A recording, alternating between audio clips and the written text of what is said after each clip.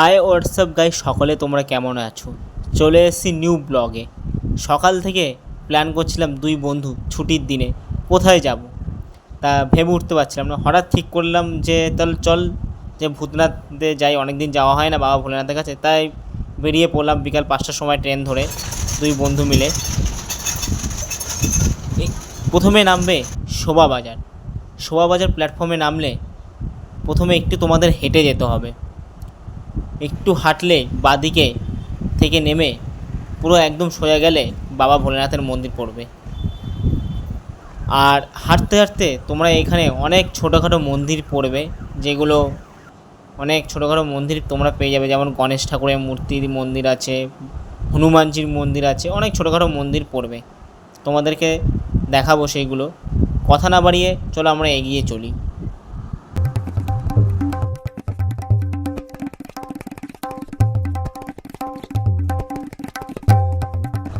বাইরে থেকে দেখলাম সবাই আরতি করছিল, তা আমরা পুজোর ডালির জন্য ডালা নিয়ে নিলাম। তার দাম পড়লো, দুখানা ডালি নিয়েছিলাম 80 টাকা করে পড়লো।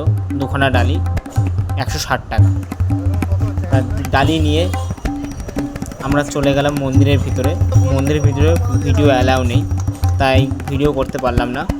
তা বাইরে থেকেই ছবি তুললাম আমরা বন্ধুরা মিলে। ছবি তুলে বাবার মন্দিরে পুজো দিয়ে বেরিয়ে পড়লাম।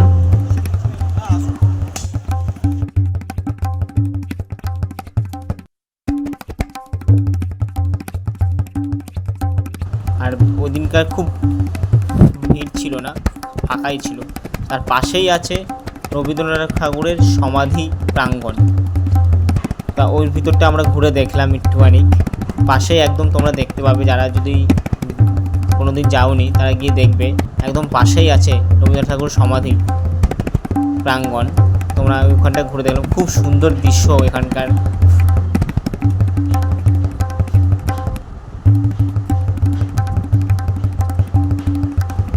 এটা হচ্ছে রবীন্দ্রনাথ ঠাকুরের সমাধিস্থল।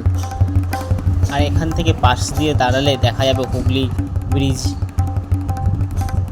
দূর থেকে দেখা যাচ্ছে। আর পাশে নিমতলা ঘাট, ওই নিমতলা ঘাটে আমরা ওখান থেকে বেরিয়ে দেখা যাচ্ছে চলে আসলাম বৈষ্ণব দেবী মন্দিরে। একদম উল্টো দিকে তোমাদের পড়বে বৈষ্ণব দেবী মন্দির। তোমাদেরকে ঘুরে দেখাচ্ছি সেই ছবিগুলো। এখানে প্রচুর ভক্তদের সমাগম থাকে, কিন্তু আমরা যেদিনকার গেছিলাম সেদিনকার ভিড় ছিল না বলেই চলে। তা আমরা বাইরে থেকে প্রবেশ করলাম, মন্দিরের ভিতরেও ঢুকিনি আমরা। তা তোমাদেরকে বাইরে থেকে ছবি দেখাচ্ছি। তারপরে বেরিয়ে আসলাম হনুমানজির মন্দির।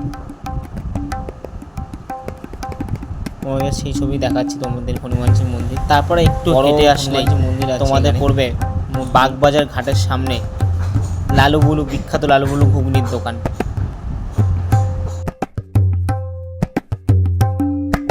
এটা হচ্ছে বিখ্যাত লালুবুলুর দোকান। কিন্তু আমাদের কপালটা এতই খারাপ যে এসে ঘুরে ফিরে চলে যেতে হলো, কারণ সন্ধ্যেবেলায় উনি